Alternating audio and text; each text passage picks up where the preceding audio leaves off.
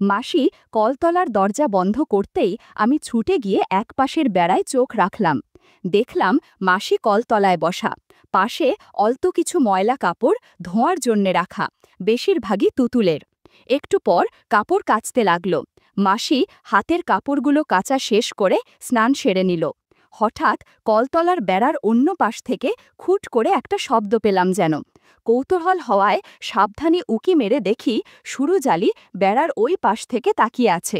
আমি রঞ্জু, সদ্য এসএসসি পরীক্ষা দিয়ে মামা বাড়িতে বেড়াতে এসেছি। জায়গাটা অজপাড়াগা।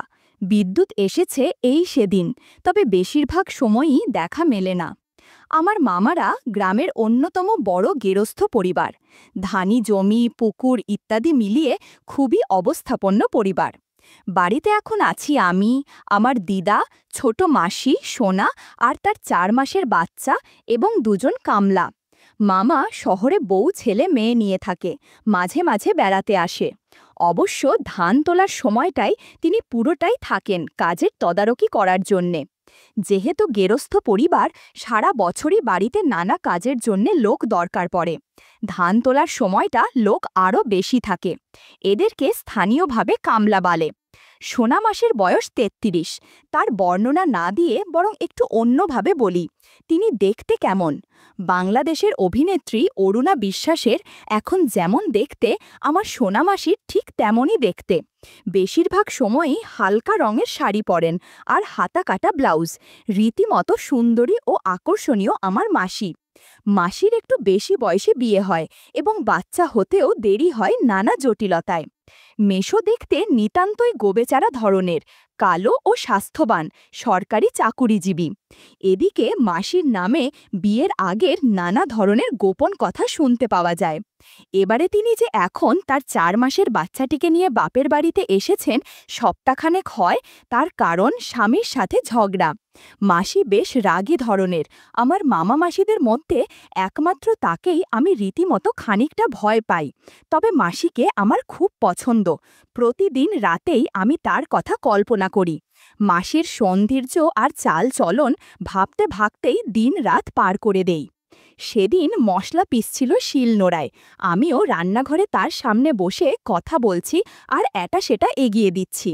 মশলা পেশার সময় মাসি গরমে অনেক ঘেমে যাচ্ছিলেন। মাসির কাছে 2টো জবা ফুল ছিল। ফুল দুটো দেখে মনে হচ্ছিল অনেক যত্নে রেখেছেন। বন্ধুরা, আমি কোন ফুলের কথা বলছি তা তোমরা নিশ্চয়ই বুঝতে পেরেছ। ফুল দুটো এতই সুন্দর ছিল, মনে হচ্ছিল হাতে নিয়ে একবার সুগন্ধ নিলে মন্দ হবে না, কিন্তু সাহস করে কিছু বলতে পারছিলাম না। বাড়িতে অনেকগুলো ঘর থাকলেও বাড়িতে যেহেতু লোক কম, তাই ওগুলো মেনটেন করা ঝামেলা। কাজেই আমার শোবার ব্যবস্থা মাসির খাটেই। বিশাল বড় সাবেকি খাট, এক পাশে আমি শুই, মাঝে মাসির 4 মাসের সন্তান তুতুল আর তার ওপাশে মাসি। আমি ছেলে মানুষ ভেবে মাসি শোবার সময় কাপড়ের অত খেয়াল রাখে না। রাতে সেদিন বিদ্যুৎ নেই। মাসির বাথরুমে যাবে বলে আমাকে ডাকল। টয়লেট করার জায়গা আর স্নানের জায়গা বাড়ি প্রান্তে, ঘর থেকে একটু দূরে। এদিকে গ্রামে অবস্থাপন্ন পরিবারে বাথরুম ওভাবেই বানানো হয়ে থাকে। বাইরে ঘুটঘুটে অন্ধকার। টয়লেটে যাওয়ার জন্যে মাসি তাই আর অত দূর গেল না। উঠোনের অন্য পাশে যেখানে কামলাদের থাকার ঘর, সেদিকে গেলে ওপাশটায় একটু ঝোপঝাড়ের মতো আছে। আমাকে একটু দূরে দাঁড় করিয়ে তিনি ফ্রেশ হতে লাগলেন। কিছুক্ষণ পর ফেরার সময় দেখলাম কামলাদের একটা ঘরের জানালার ফাঁক দিয়ে বিড়ির আগুন দেখা যাচ্ছে। আমরা যখন ওখানে ছিলাম তখন বিড়ির গন্ধ পাইনি, তার মানে আমরা চলে আসার পর ধরানো হয়েছে। ওই ঘরে কে থাকে আমি জানি, আমাদের কামলা সুরুজালি। রাতে শুয়ে আছি বিছানায়। চৈত্র মাসের রাত, গ্রামে হালকা ঠান্ডা ঠান্ডা লাগে, ফলে কাঁথা জড়াতে হয়। তুতুল হঠাৎ কেঁদে ওঠে, বোধহয় খিদে পেয়েছে। মাসি দেখলাম তুতুলকে খাবার দেওয়ার প্রস্তুতি নিচ্ছে।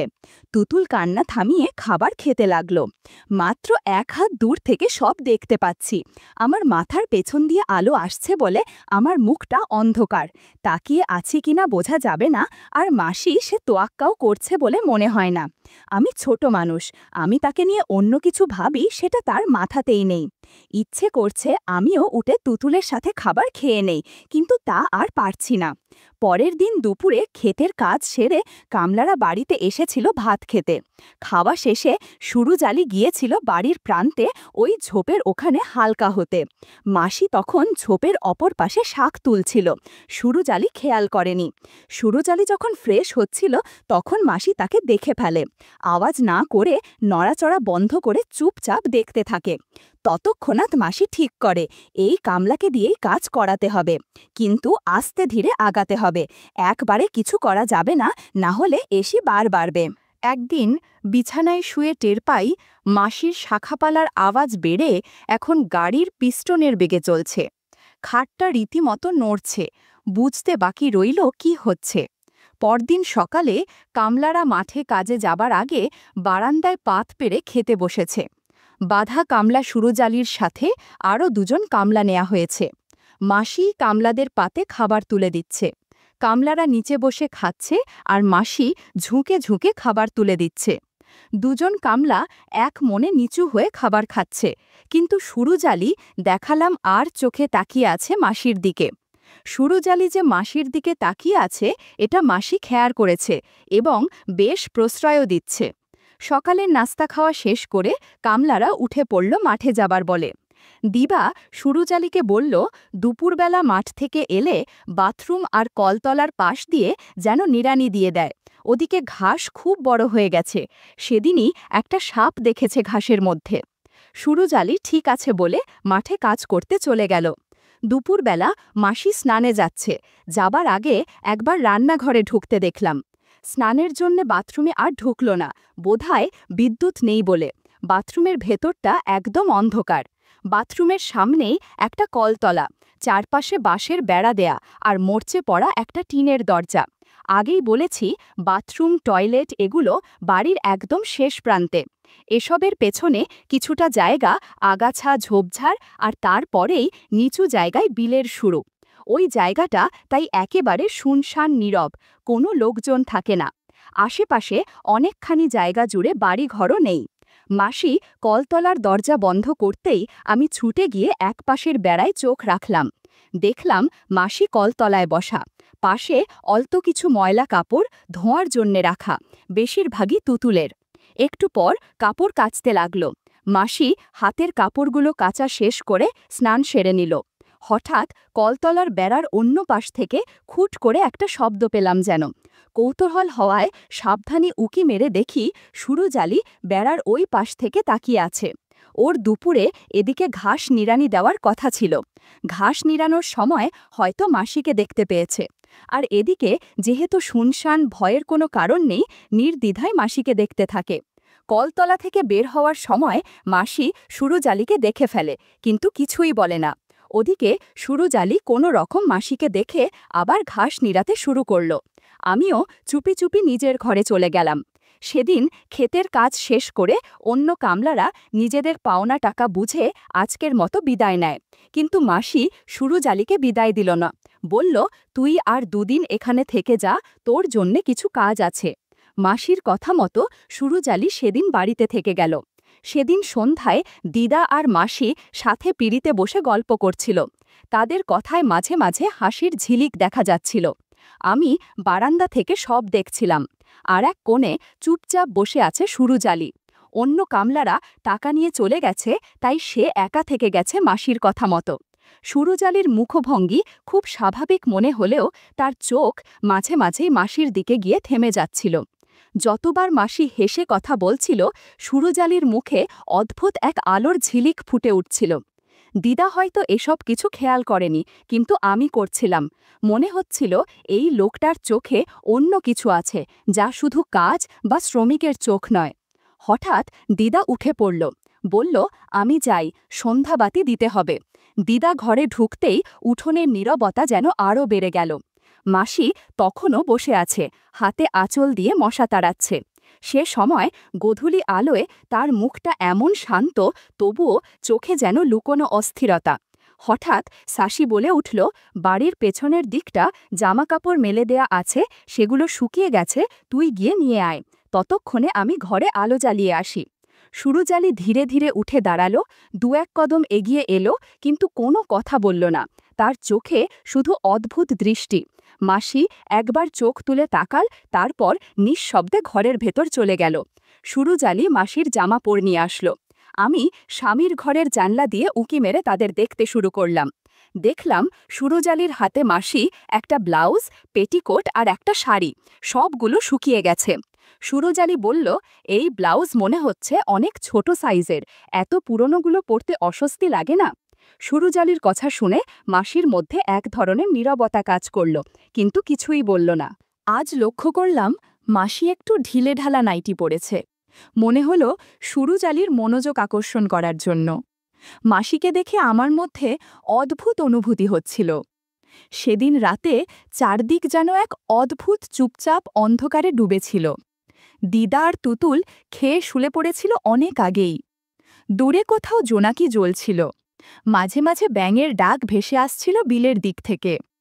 আমি বারান্দার কোণে শুয়েছিলাম, কিন্তু চোখে এক ফোঁটাও ঘুম আসছিল না।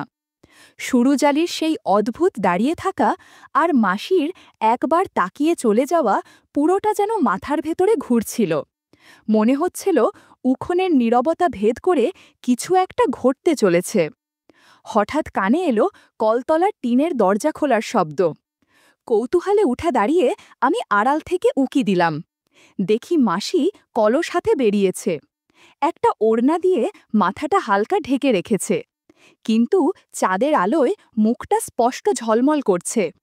নিঃশব্দ পায়ে সোজা গেল কলতলার দিকে।